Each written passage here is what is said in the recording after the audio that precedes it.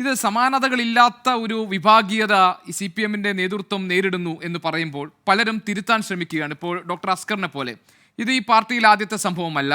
ഇത് ഇപ്പോൾ area committee പിരിച്ചുവിട്ട കാര്യമൊക്കെ പറയുമ്പോൾ ആളുകൾ പലരും അവരുടെ പ്രതികരണങ്ങളൊക്കെ ആയി പറയുന്നത് ഏരിയ കമ്മിറ്റി പിരിച്ചുവിടുന്നത് ആദ്യത്തെ സംഭവമല്ല, ഇത്തരത്തിലുള്ള വിഭാഗീയ പ്രശ്നങ്ങൾ ഉണ്ടാകുന്നത് CPM-നെ സംബന്ധിച്ച് ആദ്യത്തെ പ്രശ്നങ്ങളല്ല, ഇതുപോലെയുള്ള ഭിന്നാഭിപ്രായങ്ങളുമായി ആളുകൾ പരസ്യമായി രംഗത്ത് വരുന്നത് CPM-നെ സംബന്ധിച്ച് ആദ്യത്തെ സംഭവങ്ങളല്ല. ഇതിലെല്ലാം തിരുത്തൽ നടപടികളും അച്ചടക്ക നടപടികളിലൂടെ ഒക്കെ മുന്നോട്ട് പോയിക്കൊണ്ടിരിക്കുന്ന ഒരു പാർട്ടിയാണ്. ആ ഒരു പാരമ്പര്യമാണ് CPM-നുള്ളത് എന്നാണ്. ഈ താങ്കൾ എങ്ങനെയാണ് ഇത്തരം അഭിപ്രായങ്ങളെ നിരീക്ഷിക്കുന്നത്? എന്താണ് യഥാർത്ഥത്തിൽ ഈ പാർട്ടിയിൽ സംഭവിക്കുന്നത്?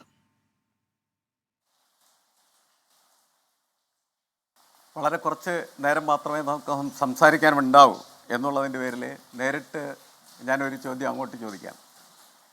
പ്രൊഫസർ KV തോമസ് CPM-ലേക്ക് വരുന്നു. എന്തിനാണ് പ്രൊഫസർ KV തോമസ് CPM-ലേക്ക് വന്നത്? ഉത്തരവുണ്ടോ? എന്തിനാണ് CPM KV തോമസിനെ സ്വീകരിച്ചത്? കേരളത്തിലെ ഒരു CPM-കാരനും ഇതുവരെ മനസ്സിലാകാത്തതായിട്ടുള്ള കാര്യമാണ്. ഡോക്ടർ സരിൻ ഇപ്പോൾ വന്നപ്പോൾ സ്വീകരിച്ചു. എന്നുവെച്ചാൽ ഭാഗ്യാന്വേഷികളുടെ ഒരു തുരുത്തായി ഒരു പാർട്ടി മാറുമ്പോൾ ഇത് ഈ ഒരു പാർട്ടിയുടെ മാത്രം പ്രശ്നമല്ല.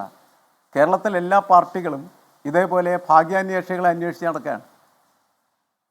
അപ്പോൾ ഭാഗ്യാന്വേഷികളുടെ ഒരു കേന്ദ്രമായിട്ട് രാഷ്ട്രീയ പാർട്ടികളൊക്കെ മാറിത്തീരുമ്പോൾ ആ പാർട്ടികളൊക്കെ തന്നെ സ്വാഭാവികമായിട്ടും ഇതേപോലെയുള്ള വിഷയങ്ങളിൽ ഉരുളും എന്നുള്ളത് വളരെ പ്രധാനപ്പെട്ട കാര്യമാണ്. കഴിഞ്ഞ ദിവസം കൊല്ലത്തെ സ്ത്രീകൾ ചോദിച്ചെന്താണ്, പെണ്ണുപിടിയനെയാണോ പാർട്ടിയുടെ സെക്രട്ടറി ആക്കാൻ നടക്കണമെന്ന് ചോദിച്ചു. പാർട്ടിക്കാരാണ് ചോദിച്ചത്, മാധ്യമങ്ങളല്ല, അല്ലെങ്കിൽ പാർട്ടി വിരുദ്ധരായിട്ടുള്ള ആളുകളല്ല ചോദിച്ചത്. അപ്പോൾ പാർട്ടിക്കകത്ത് നടക്കുന്ന ഇത്തരത്തിലുള്ള പ്രവർത്തനങ്ങളെന്ന് പറയുന്നത് അധികാരത്തെ സംബന്ധിച്ചിടത്തോളം, അഴിമതിയെ സംബന്ധിച്ചിടത്തോളം, സ്ത്രീകളെ സംബന്ധിച്ചിടത്തോളം വിഷയങ്ങളാണ് എന്നുള്ളത് നമ്മൾ മനസ്സിലാക്കണം. ഒരു പാർട്ടി എങ്ങനെയാണ് മൂല്യാധിഷ്ഠിതമായിട്ടുള്ള വ്യവസ്ഥയിൽ പ്രവർത്തിക്കുന്നത്? ആ മൂല്യാധിഷ്ഠിത വ്യവസ്ഥ നിലനിൽക്കുന്ന സമയത്ത് മാത്രമാണ് കാരശ്ശേരി മാഷ് ചോദിച്ച ചോദ്യങ്ങൾക്ക് ഉത്തരം പറയാനായിട്ട് പാർട്ടിയുടെ അണികൾ തയ്യാറാവേണ്ടതുള്ളൂ. മൂല്യവ്യവസ്ഥയ്ക്ക് മാത്രമാണ് മനുഷ്യൻ്റെ ഈ ആർത്തി, അധികാരാർത്തി, പണാർത്തി, സ്ത്രീലമ്പടത്തം, പിന്നെ നമുക്ക് പറയാവുന്ന എല്ലാ സാധനങ്ങളും ചേർത്ത് വെച്ച് കൊടുക്കാനായിട്ട് കഴിയുന്നത്. മൂല്യവ്യവസ്ഥ ഉണ്ടെങ്കിൽ മാത്രമാണ് അതൊക്കെ തെറ്റാണ് എന്ന് ആർക്കും തോന്നുകയുള്ളൂ. മൂല്യവ്യവസ്ഥ ഇല്ലെങ്കിൽ പിന്നെ അതെങ്ങനെയാണ് തെറ്റാകുന്നത്? ഒരു ദിവസം നേരം വിളിക്കുമ്പോൾ ഒരാൾ ഒരു പാർട്ടിയിൽ നിന്ന് മറ്റൊരു പാർട്ടിയിലേക്ക് ചാടുന്നതിൽ എന്ത് മൂല്യവ്യവസ്ഥയാണ് കാരശ്ശേരി മാഷേ ഉള്ളത്? അപ്പോൾ മൂല്യവ്യവസ്ഥ ഇല്ലാത്തൊരു സാമൂഹ്യ വ്യവസ്ഥയിൽ ജീവിക്കുന്ന മനുഷ്യരെ നേരിടുന്നതായിട്ടുള്ള പ്രതിസന്ധികളാണ് നമ്മൾ കണ്ടുകൊണ്ടിരിക്കുന്നത്. എല്ലാ മനുഷ്യരുടെയും കാർന്നു തിന്നുന്ന നമ്മളീ പറഞ്ഞ അധികാരാർത്തിയും അഴിമതിയും സജ്ജനപക്ഷപാതവും എല്ലാ വൃത്തികേടുകളും അതൊക്കെ നമ്മൾ നിയന്ത്രിക്കുന്ന എങ്ങനെ? തീർച്ചയായിട്ടും ഒരു മൂല്യവ്യവസ്ഥ ഉണ്ടാകണം. ആ മൂല്യവ്യവസ്ഥയ്ക്ക് കീഴടങ്ങി നമ്മൾ ജീവിക്കുമ്പോഴാണ് നമുക്കൊക്കെ നിയന്ത്രിക്കാൻ കഴിയുള്ളൂ. എനിക്കങ്ങനെ നിയന്ത്രിക്കാനായിട്ട് കഴിയുള്ളൂ. കാരശ്ശേരി മാഷക്കും അങ്ങനെ നിയന്ത്രിക്കാനായിട്ട് കഴിയുള്ളൂ. ഹസ്കറിനും അതേപോലെ തന്നെ അലിക്കുമൊക്കെ അതൊക്കെ അങ്ങനെ സ്വീകരിക്കാനായിട്ടേ ഉള്ളൂ. നമുക്കൊരു മൂല്യവ്യവസ്ഥ, നമ്മുടെ ഒരു പ്രസ്ഥാനത്തിന് മൂല്യവ്യവസ്ഥ, ഈ നമ്മുടെ രാജ്യത്ത് ഇപ്പോൾ പ്രവർത്തിച്ചുകൊണ്ടിരിക്കുന്നതായിട്ടുള്ള രാഷ്ട്രീയ പാർട്ടികൾക്ക് എന്ത് മൂല്യവ്യവസ്ഥകൾ? ഓരോരുത്തരും കാലത്തെ എഴുന്നേറ്റ് വന്ന് പറയണം, നാളെ കുറച്ച് പേരും കൂടി വരും കേട്ടോ എന്ന്. BJP-യിലേക്ക് വരും, കോൺഗ്രസ്സിലേക്ക് വരും, CPM-ലേക്ക് വരും. ഇങ്ങനെ ഓരോ പാർട്ടിയിലേക്കും ഓരോ ദിവസം ആളുകളെ എത്തിക്കുന്നതിന് വേണ്ടിയിട്ടുള്ള ലേലം വിളി നടക്കുന്ന തരത്തിലേക്ക് രാഷ്ട്രീയ നേതൃത്വം മാറിക്കഴിഞ്ഞിരിക്കുകയാണ്. നിങ്ങളെന്താണ് ഇവരുടെയൊക്കെ കരണത്തടിക്കത്ത്?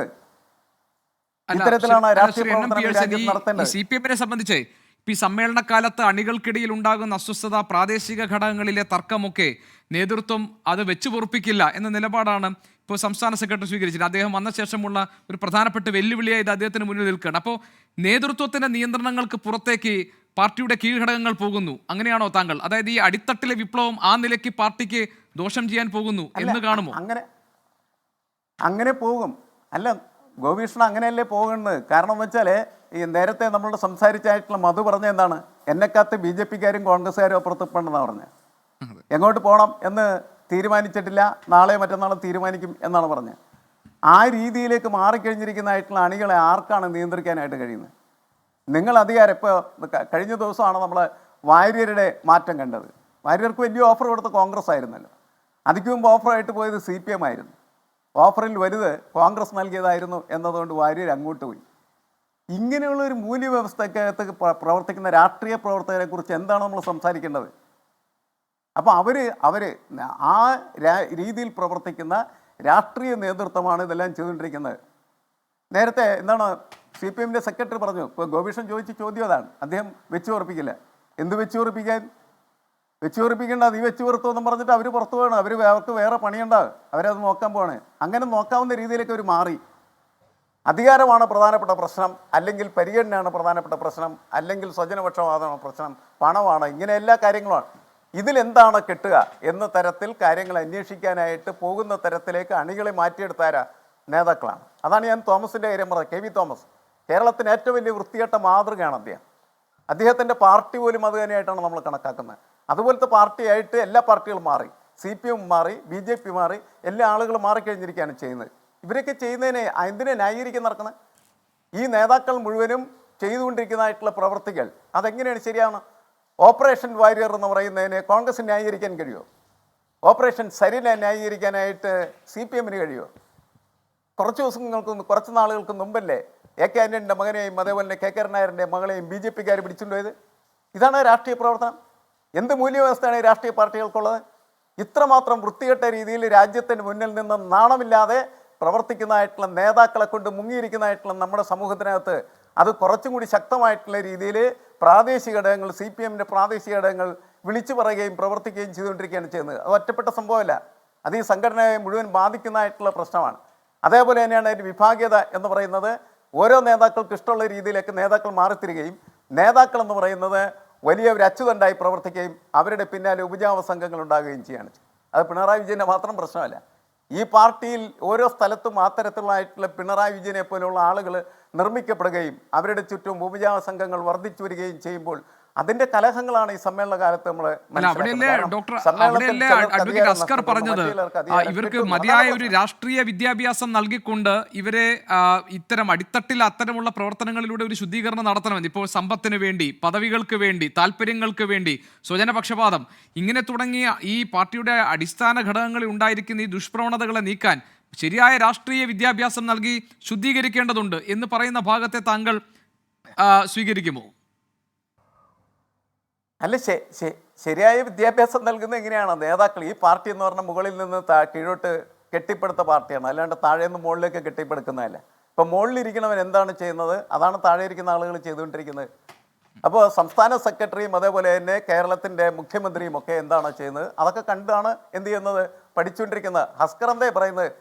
അവർ നൽകുന്നതായിട്ടുള്ള പ്രായോഗികമായിട്ടുള്ള പാഠങ്ങളാണ്, മാർക്സിയത്തിൽ പറയുന്ന പ്രാക്സി എന്ന് പറയുന്നതായിട്ടുള്ള കാര്യമാണ് ഇവിടെ സാധാരണക്കാരായിട്ടുള്ള ആളുകൾ ഇപ്പം നടപ്പിലാക്കിക്കൊണ്ടിരിക്കുന്നത്. അതിന് ഇവർ വിഷമിക്കണതിനാ? ഇവർ ചെയ്തുകൊണ്ടിരിക്കുന്ന കാര്യങ്ങളൊക്കെ സാധാരണക്കാർ അങ്ങനെ തന്നെ പകർത്തുന്നു. ഇവരെ പഠിച്ചുകൊണ്ടിരിക്കുകയാണ് ചെയ്യുന്നത്. രാഷ്ട്രീയ വിദ്യാഭ്യാസം ഇവർ കൊടുക്കുന്നത് അങ്ങനെയാണ്. നിങ്ങൾ അഴിമതിക്കാരാവൂ, നിങ്ങൾ ഭാഗ്യാന്വേഷികളാവൂ, ഇവിടെ നിന്ന് ചാടൂ, നിങ്ങൾക്ക് കിട്ടുന്ന മികച്ച നേട്ടങ്ങളൊക്കെ നിങ്ങൾ നേടിയെടുക്കാനായിട്ട് ശ്രമിക്കൂ. അതിൻ്റെ പാഠങ്ങൾ ഇവരാണ് പഠിപ്പിച്ചുകൊണ്ടിരിക്കുന്നത്, നേതാക്കൾ. അതാണ് ഇപ്പോഴത്തെ പുതിയ കമ്മ്യൂണിസ്റ്റ് പാഠം എന്ന് പറയുന്നത്. പ്രത്യയശാസ്ത്രം ആർക്കറിയാം? ഈ നേതാക്കൾക്ക് ആർക്കാണ് ഇപ്പോൾ പ്രത്യയശാസ്ത്രം അറിയാം? ആരാണ് പ്രത്യയശാസ്ത്രത്തിനനുസരിച്ച് പ്രവർത്തിച്ചുകൊണ്ടിരിക്കുന്നത്? ഇപ്പോൾ പ്രത്യയശാസ്ത്രം അറിയാത്ത, പ്രത്യയശാസ്ത്രത്തിനനുസരിച്ച് പ്രവർത്തിക്കാത്ത ഒരു പാർട്ടി നേതൃത്വത്തിന് ഒരു കാരണവശാലും അവരുടെ അണികളെ പ്രത്യയശാസ്ത്രപരമായിട്ട് അണിനിരത്താനായിട്ട് കഴിയുകയില്ല. അതാണ് പ്രധാനപ്പെട്ട കാര്യം.